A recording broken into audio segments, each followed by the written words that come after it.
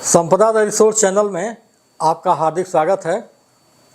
इस समय हम 6ठी शताब्दी ईसा पूर्व के महत्वपूर्ण धार्मिक आंदोलन की बात कर रहे हैं और वह धार्मिक आंदोलन बौद्ध धर्म के रूप में हमारे सामने आता है।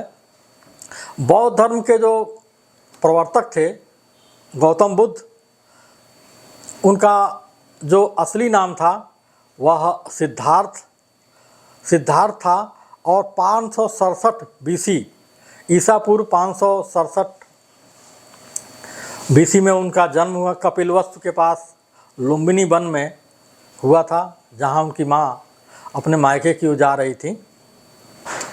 उनके पिता शाक्य वंशीय थे और शाक्य जो है वह एक गणतंत्र के रूप में स्थापित था, जिसके उनके पिता उसके अधिपति थे शुद्धोधन। उनकी माँ माया देवी। जन्म देते समय उनकी माँ का निधन हो गया, माया का, और उन्हें प्रजापति गौतमी जो उनकी सौतेली माँ थी, उन्होंने उनको पाला था। 16 वर्ष की अवस्था में उनका विवाह यशोधरा से हुआ और उससे उन्हें एक पुत्र राहुल की उत्पत्ति हुई। शुरुआत में वो सामान्य जीवन जैसा राजकुमारों का होता है उसी तरह उनका जीवन यापन हुआ। तो उनकी संवेदनशीलता एक बूढ़े व्यक्ति को देख करके, एक बीमार व्यक्ति को देख करके और एक शव को देख करके उनकी जो करुणा थी वह विरक्ति के रूप में प्रकट हुई और सामान्य जनजीवन से उनका जो है मोहभंग हो गया और एक सन्यासी के संपर्क में आकर के उन्होंने सांसारिक और सत्य की खोज में लग गए। 7 वर्ष की स्थिति में उन्होंने अपने पूरे समाज को प्रभावित किया और उस समय के सारे राजवंशों को उन्होंने प्रभावित किया। उनके जो प्रिय शिष्य थे सारिपुत्र, मोगलन्ना, आनंद, कश्यप और उपाली, ये इनके जो है प्रिय शिष्य थे।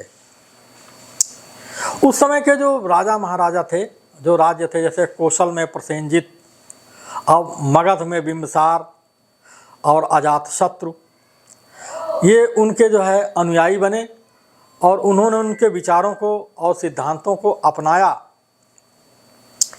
गौतम बुद्ध के धर्म के प्रचार का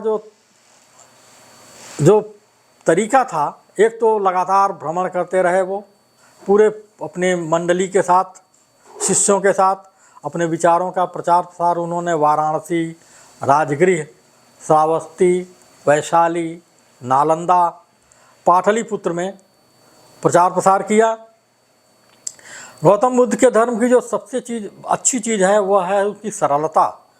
वो अनावश्यक विवादों में नहीं पड़े, वो अनावश्यक तर्कों और कुतर्कों के में नहीं वो पड़े और जो बहुत सारे दार्शनिक प्रश्न थे उन्होंने उस पर भी ध्यान नहीं दिया। वो उन तरह के विवादों में नहीं पड़े, जैसे ईश्वर, आत्मा, कर्म, पुनर्जन्म, इन सारी चीज़ों के पर वो उन्होंने अपने को बहुत ज़्यादा उलझाया नहीं। केवल वो मनुष्य मात्र की जो व्यावहारिक समस्याएं थीं उन समस्याओं पर अपने को केंद्रित किया और अपने सिद्धांतों को उन्होंने बड़े सरल और सहज रूप में लोगों के सामने रखा और लोक भाषा में रखा। सबसे बड़ी बात है कि उन्होंने लोक भाषा में और लोक जीवन में आम व्यक्ति के बीच में जा कर के अपनी बातें कहीं और उन्होंने किसी तरह के प्रतिबंधों को उन्होंने स्वीकार नहीं किया। जाति प्रथा और धार्मिक जो कहा जाए कि अस्पृश्यता का माहौल था, उस सब सारी चीज़ों को उन्होंने बाइकाट किया। उन्होंने उस पर कोई तरजीह नहीं दी बल्कि उसको कंडम किया। बुद्ध की जो शिक्षाएं हैं वह 4 आर्य सत्य हैं, 4 आर्य सत्य या 4 नोबल ट्रूथ। पहली चीज़ तो यह है कि उन्होंने कहा कि दुख, यह संसार जो है वह दुख से भरा हुआ है। दूसरी बात उन्होंने कही कि दुख समुदय यानी दुख का कारण है। Cause of suffering is desire. उन्होंने कहा कि जो हमारी इच्छा है, दुख का कारण क्या है? दुख का कारण जो है हमारी इच्छाएं हैं। तीसरी बात उन्होंने कही कि इसका जो है निरोध हो सकता है, यानी कि जब इच्छा समाप्ति हो जाएगी तो दुख भी जो है समाप्त हो जाएगा। If desire are get rid of suffering can be removed. और जो चौथी बात उन्होंने कही कि यह कैसे हो सकता है, तो उसका उन्होंने रास्ता बताया और उन्होंने अष्टांगिक मार्ग यानी 8 फोल्ड पाथ यानी अष्टांगिक मार्ग को 8 तरह के जो उन्होंने सिद्धांत बताए कि इन्हें अपना करके हम जो है अपने दुखों का निवारण कर सकते हैं। तो सबसे महत्वपूर्ण बात ये थी कि उन्होंने जो अष्टांगिक मार्ग बताया, 8 मार्ग उन्होंने बताया कि इन्हें अपना करके आप अपने कष्टों का निवारण कर सकते हैं। वह 8 मार्ग कौन कौन से हैं? पहली चीज़ तो यह है सम्यक दृष्टि यानी राइट व्यू, सही दृष्टिकोण से चीज़ों को देखना। सम्यक संकल्प, राइट रिजॉल्व। सम्यक वाणी यानी राइट स्पीच। सम्यक कर्म, राइट कंडक्ट। सम्यक आजीविका यानी राइट लाइवलीहुड। सम्यक व्यायाम यानी कि सम्यक इफर्ट, सम्यक प्रयास। सम्यक स्मृति यानी कि राइट माइंडफुलनेस। और लास्ट में जो अंतिम है उनका अष्टांगिक मार्ग का, वह है सम्यक समाधि यानी कि राइट कंसंट्रेशन। ये जो इन्होंने अष्टांगिक मार्ग बताया, तो उन्होंने दृष्टि, संकल्प, वाणी, कर्म, आजीविका, व्यायाम, स्मृति और समाधि, ये 8 मार्ग जो हैं उन्होंने आम आदमी को उच्च स्थान को प्राप्त करने के लिए प्रेरित किया और कहा कि इसे अपना करके आप साल्वेशन को प्राप्त कर सकते हैं। जैसा कि मैंने पहले ही कहा कि उन्होंने वो विवादों में नहीं पड़े, उन्होंने ईश्वर को के अस्तित्व को न तो स्वीकारा और न ही अस्वीकार किया। उन्होंने कहा कि जीवन जो है ये लहर की तरह, जैसे समुद्र में लहरें आती हैं या नदी में पानी में लहरें उठती हैं, एक लहर आती है दूसरी लहर जाती है, इसी तरह जो है जीवन। और उन्होंने पुनर्जन्म के लिए भी यही परंपरा की कि ये लगातार चलने वाली सतत प्रक्रिया है। उन्होंने कर्म के सिद्धांत पर बहुत जोर दिया, जो हमारे वेदों में भी कहा जाता था। कर्म सिद्धांत से कर्म, जो आदमी जिस तरह का कर्म करता है उस तरह के फल को प्राप्त करता है और उसका जीवन वैसे ही हो जाता है। तो कर्म सिद्धांत पर उन्होंने बहुत जोर दिया। उन्होंने कहा कि मनुष्य की दशा का जो निर्धारण है वो कर्मों के द्वारा होता है। आत्मा के अस्तित्व को उन्होंने अस्वीकार कर दिया। उन्होंने अहिंसा पर बहुत जोर दिया और उन्होंने कहा कि सभी मनुष्यों और समस्त प्राणियों पर दया और प्रेम रखा जाए। स्वयं के प्रति दुर्व्यवहार लोगों के द्वारा किया गया या क्रोध करने पर भी उन्होंने क्रोध नहीं किया। उन्होंने किसी भी व्यक्ति के प्रति या किसी समाज के प्रति उन्होंने क्रोध नहीं किया, घृणा नहीं की। इससे जो है वह उनका जो धैर्य था उसके कारण जो है वह सबके प्रेम और आदर के पात्र बने। बौद्ध धर्म में मॉरलिटी पर बहुत जो है जोर दिया गया है। उन्होंने विचारों, शब्दों और कर्मों की पवित्रता पर, purity of thought, word and deed, इस पर उन्होंने बहुत जोर दिया। गौतम बुद्ध दरअसल एक तर्कवादी व्यक्ति थे। उन्होंने कहा कि चीज़ों की व्याख्या जो है कारण के आधार पर होनी चाहिए और इसके आधार पर उन्होंने जो है अंधविश्वासों के आधार पर उन्होंने कहा नहीं होनी चाहिए और अंधविश्वासों का उन्होंने घोर विरोध किया। इन द लाइट, उन्होंने कहा कि चीज़ों को स्वीकार कीजिए in the light of reason, not on blind faith. उन्होंने जाति प्रथा पर सीधा आक्रमण नहीं किया, लेकिन किसी भी प्रकार के जातिवादी जो समाज में उसमें फैला हुआ था भेदभाव, उन्होंने उसका विरोध किया, उसके विरुद्ध थे। वो सोशल डिस्टिंक्शन के खिलाफ थे। बौद्ध धर्म दरअसल उसकी लोकप्रियता का कारण भी यही था कि वह एक धार्मिक आंदोलन के बजाय एक सामाजिक आंदोलन, गौतम बुद्ध ने दरअसल उसको एक सामाजिक आंदोलन के रूप में तब्दील कर दिया था और उन्होंने व्यावहारिक आचार पद्धति पर बहुत ज़्यादा बल दिया और सामाजिक समानता पर बहुत ज़्यादा जोर दिया। बौद्ध धर्म के जो प्रसार जो किया गया, तो बौद्ध धर्म के प्रचार प्रसार में एक तो जो है उनके शिष्य थे, बहुत सारे जो है भिक्षु थे और उसमें सामान्य उपासक थे। बौद्ध धर्म में उन्होंने दोनों तरह के लोगों को आने की बात की। भिक्षु जो है वो संघ के रूप में संगठित थे और वो पूर्णतया बौद्ध धर्म की शिक्षाओं का प्रचार प्रसार करते थे। संघ की सदस्यता सबके लिए खुली थी, चाहे आप किसी भी वर्णों के हों, किसी भी जाति के हों, स्त्री पुरुष सबके लिए उन्होंने कोई प्रतिबंध नहीं कराए थे।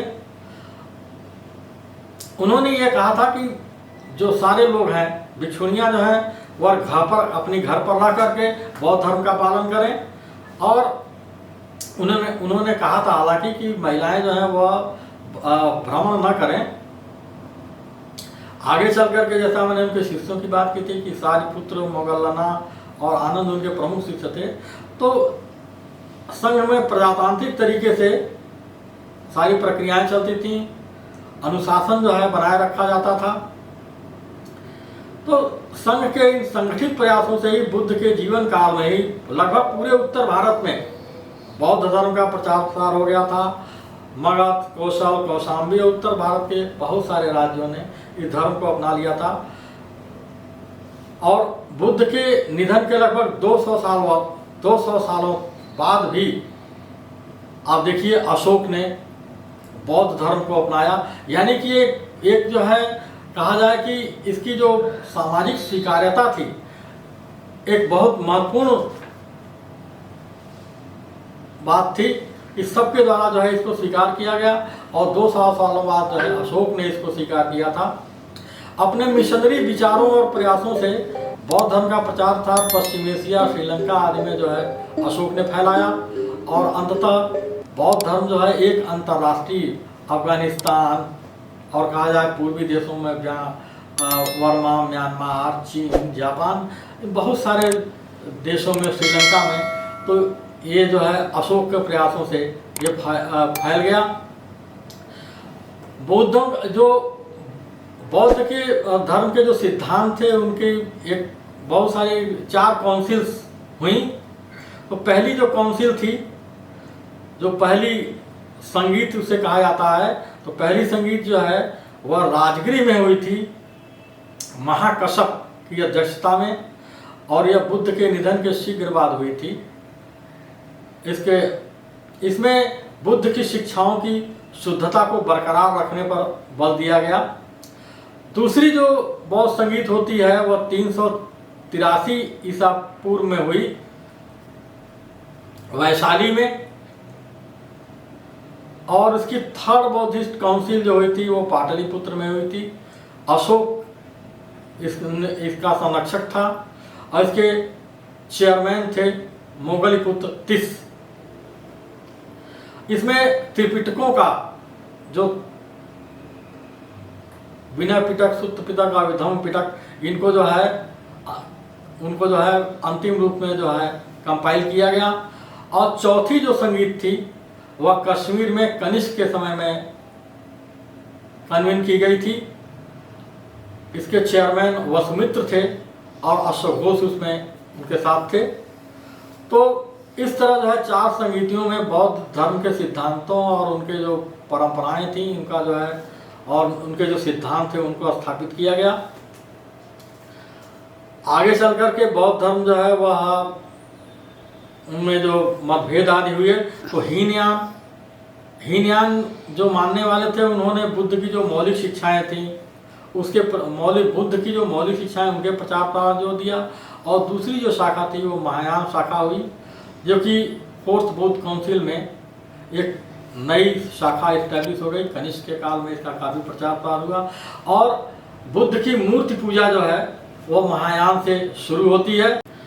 बुद्ध के निर्माण की प्राप्ति के लगभग 500 सालों बाद बौद्ध ग्रंथों का संग्रह किया गया। इसमें जैसा मैंने पहले बताया कि सुत्त पिटक, विनय पिटक और विधम्म पिटक हैं। बौद्ध धर्म के जो प्रचार प्रसार के और व्यापकता के जो कारण है वो खास तौर पे ये है कि एक तो इसमें बहुत सिंप्लिसिटी है, जटिलता नहीं है।